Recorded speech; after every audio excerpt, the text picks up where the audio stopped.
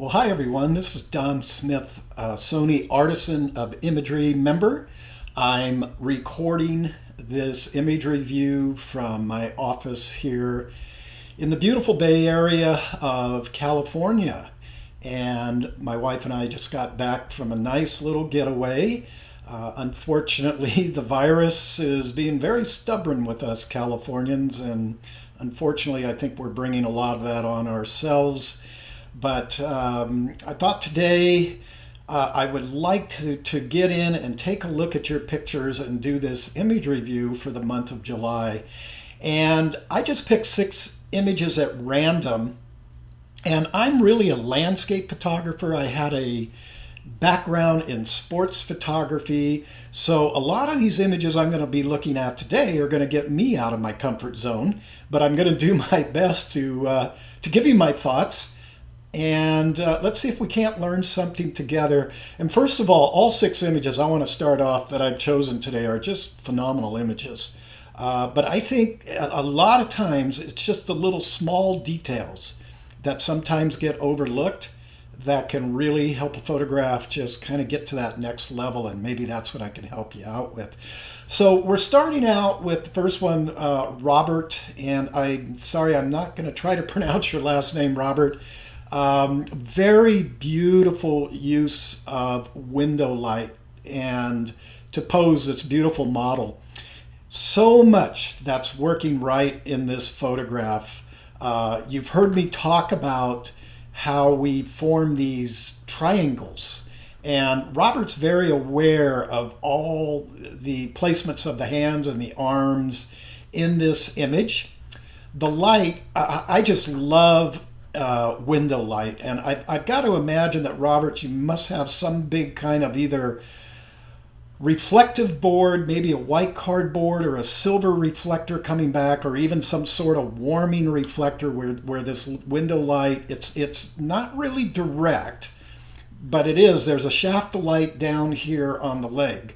So I'm assuming the light's kind of coming from this direction. You can see the highlight here and even on this crack, and then coming down on the leg. Now, normally I would say with this highlight, we would have to watch it. But I think because there's so much of a pull of the eye up in here, that this does bring the eye. It's begging for attention when you put a highlight. And I love how he just was, let the bend in the leg kind of mimic the arms, and just sort of a sensual flow to this image. Very beautifully lit, very beautifully posed. Here's my little nit, and this is where I think we can make this image even stronger. This is kind of begging my eye to come over. And I like to say that it's almost as if we're opening up a view to another part of another scene. And I hope that makes sense to you. Where you had this dark wall coming down, I would go back and recrop that right down this dark wall. Either that, or you could pick this up and clone that. But to me, that becomes just that little bit of an eye draw that wants to pull my eye off the model and over into this direction.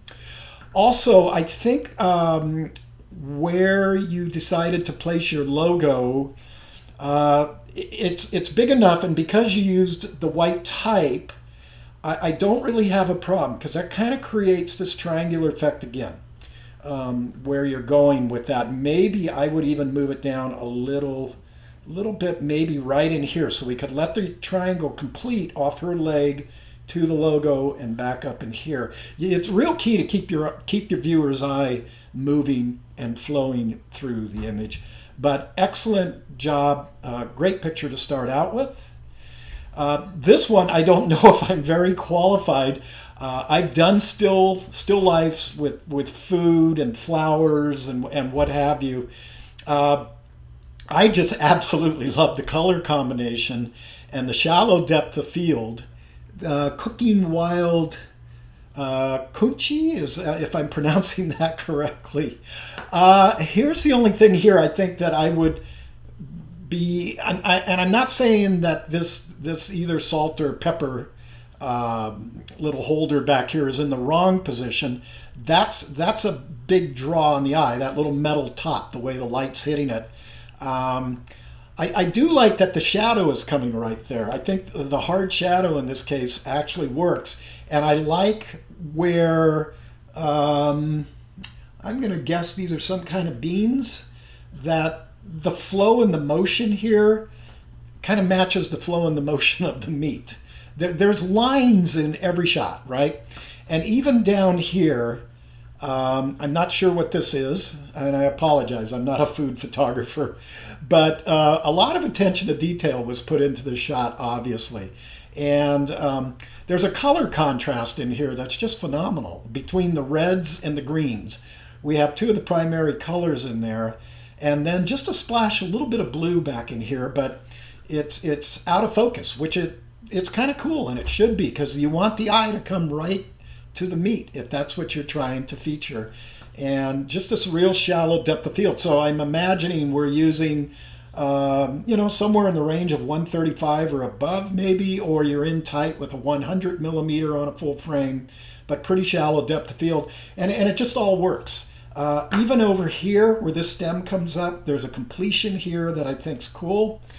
The borders are nice and clean. Very well done. I would maybe just go back and see if we darken down just a small little bit back in here, especially right in there. Remember, the eye wants to work to the brightest parts of the scene. So I hope I helped you out there, because I'm not really a food photographer per se, but there's just a lot of common traits that flow through photos of different genres.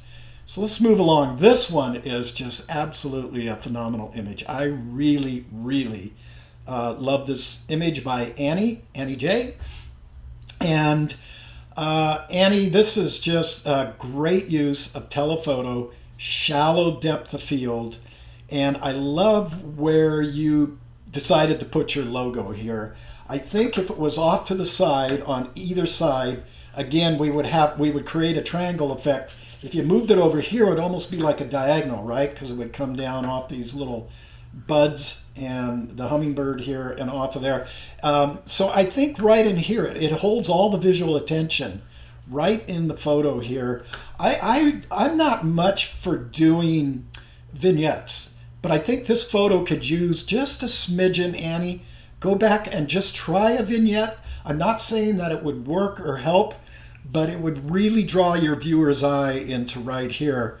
But I think you did a fantastic job on this picture. And I do want to back up. I'm sorry, one picture back up here, because I do want to mention about the logos and where we're placing them. If this logo here, Cooking Wild, would have been 100% opacity, it would have been a distraction. I love the fact that you took this logo and you knocked down the opacity level on this, and it fits in there. I really like how you did that. And I forgot to mention that, and that's why I wanted to back up and come in here. So let's move next one out. Oh gosh, this is another just really, really cool image. Again, I'm loving the use of the telephotos, you guys. The shallow depth of field.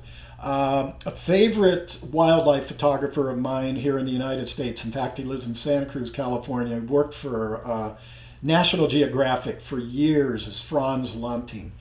And he actually had a book out, Franz did, and it was called Eye to Eye.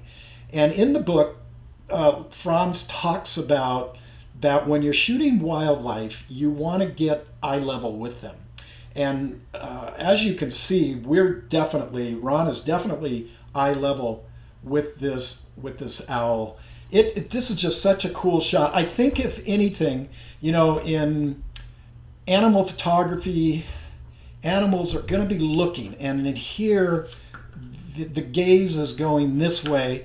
And I'm just wondering on a recrop, or I'm sure you have a sequence of images here, if there was something a little less in here. But this is such a beautiful wing that's coming over the top too. It's a tough call. So if anything, I would have taken a little bit of a smidgen maybe off of this side and gotten the head more over in here. But we can certainly make the case that this works too, other than the gaze is going this way. But this is just really spectacular. You guys are really, really doing a great job. Let's move along to the next one here. I believe this is a calla lily. This looks like, I don't photograph yellow calla lilies, but I think they do turn this color. There's some on the Monterey coast, the Big Sur coast that I shoot, and I have seen a little bit of yellow, but ours are a little more white. But obviously there's going to be different types of calla lily. I call these sensual flowers just because of the lines and shapes and the motion. They're very sensual to play with in regards to photographing. I think the depth of field is dead bang on. And I want to say this is Jan, if I'm pronouncing your name correctly, Jan. I love it that you'll have a photo judge that'll say, don't ever put a subject dead center in your frame. And I always say, yes, but there's an exception to every rule. And this is one of those exceptions. There's no other place I would have placed that. It works. And again, we talk about color contrast. And the yellow's surrounded by, it's enveloped by this green, and it just begs the eye to come in, and it's all about these sensual lines and shapes. The lighting is beautiful. You obviously have this on either indirect lighting or a soft lit day, possibly with clouds or some sort of overcast, and it really, really works. I think this may be another candidate where I would try just a smidgen of a vignette. Ansel Adams used to talk about vignettes all the time in his books. And he would say, how do I know if I went too far with a vignette? Well, he would call his wife and his assistant in and his secretary. And he would always say, can you spot the vignette? And if they said, yes, I can, then he said, I knew I went too far. And I've always taught that in my workshops. I thought that was a great way of putting it. Let's talk about the logo. This one's pretty bold, and I like it. I'm not so sure if I wouldn't place this just a little more down in here. It certainly is kind of cool how you do come across the dark part of the leaves back here in the foliage, and I love where you let the end cross over into there. So I don't know. I'm not going to say one way or another if it would be better off down here or up there.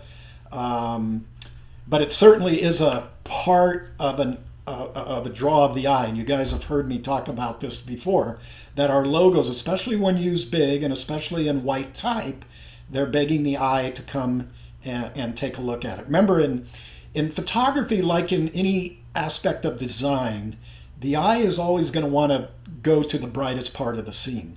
So we can make the case that there's bright parts on these leaves that sort of counterbalance this, and I would agree. But really, really cool photo. Okay, the last one here, and I'm sorry, but your name is small here. I don't know if it's Francesco. It looks like a composite to me, and it's cool, but I photograph full moons all the time. In fact, I just did one the other night. And I can tell it's a composite, excuse me, I'll bring that back up, because the giveaway here, and I think this is as large as I'm going to be able to bring this up. There it is. That's what I wanted to do. You can see this little bit of a white outline here. It's tough if you're trying to composite a moon against a sky. I have never photographed a moon where I've seen color like this. So I think it's a cool composite, but when I do my moon photography, I try to incorporate something in the landscape that's going to go with it.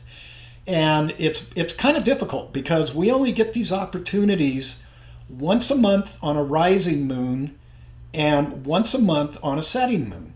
And generally, but not always, the time to photograph the full moon with enough light on the landform that would blend is usually the night before the full moon. As I'm recording this on July 4th, tonight is the full moon, but it's going to rise right at sunset. So the time for me to wanting to photograph it would have been last night. To allow it to get up and over some mountains, I would have liked to include it in the shot. I'm hoping that makes sense. Now, on the other end of the spectrum, a moon setting is usually best timed out the day of the actual full moon, which would have been this morning. And I did not shoot a moonset this morning because I live semi-close to the Pacific Ocean, and this is our fog season when the fog's in really thick. So I doubt if I would have even seen the moon this morning. So that's my only comment. This is I mean, this is a cool shot. It can stand on its own, very much so. But if you're going to composite, the giveaway is if you're showing any of these little white lines, see how it's really nice up in here. You can't see it. So I would just go back with a little bit of a clone tool and either clone in from the moon or clone up from the sky and just blow that up really, really big and get in a little bit tighter.